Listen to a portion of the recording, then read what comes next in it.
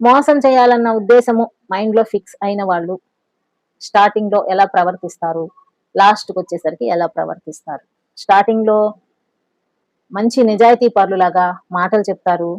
నేను అలా పెరగలేదండి, మా అమ్మా నాన్న అలా పెంచలేదండి, నేను చాలా మంచి వాడినండి, లేదా నేను మంచి దాన్నండి. ఒక్కసారి మీ వేలు నోట్లో పెట్టి చూడండి, కొరకటం కూడా రాదు, మీరే నేర్పించాలి అన్నట్లుగా నటిస్తారు. అబ్బా! ఈ రోజుల్లో ఇలాంటి ఒక వ్యక్తి, ఇలాంటోళ్ళు దొరకటం నా అదృష్టం, నేను చేసుకున్న పూర్వజన్మ సుకృతం అని చెప్పేసి నమ్ముతారు. ఆ తర్వాత టాలెంట్ చూపిస్తారు.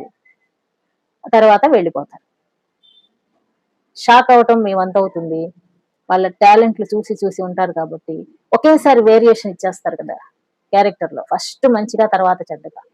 అందులో నుంచి మీరు కోలుకోవడం కష్టము అనమాట. కొంచెం కోలుకోండి. మోసగాళ్ళు ఇలానే ఉంటారు, ఎప్పుడు ఒకేలా ఉండరు అనమాట. రకరకాల క్యారెక్టర్స్ వాళ్ళలో ఉంటాయి. ఎప్పుడు ఏది కావాలో అది బయటికి తీస్తారు, వాడతారు. అర్థమైందండి? ఇట్లాంటి వాడకాలకి మనం పడకూడదు. ఎవరు ఎలాంటి వాళ్ళు ఖచ్చితంగా తెలుసుకోవాలి. మన చుట్టూ బౌండరీస్ సెట్ చేసుకోవాలి. అది ఎవరైనా సరే టచ్ చేయాలి అని అనుకున్నారో మన వేరియేషన్, మన క్యారెక్టర్ ఏంటో మనం చూపించాలి. అర్థమైందండి? ఎప్పుడు చూసినా వాళ్ళ క్యారెక్టర్స్ చూసేసి మనం క్లాప్స్ కొట్టడం కాదు. ఒక్కొక్కసారి మన టాలెంట్ కూడా వాళ్ళకి చూపించాలి. వీళ్ళు దేనికి లొంగరురా బాబు అని చెప్పేసి చేతులెత్తి నమస్కారం పెట్టేసి అక్కడి నుంచి వెళ్ళిపోతారు.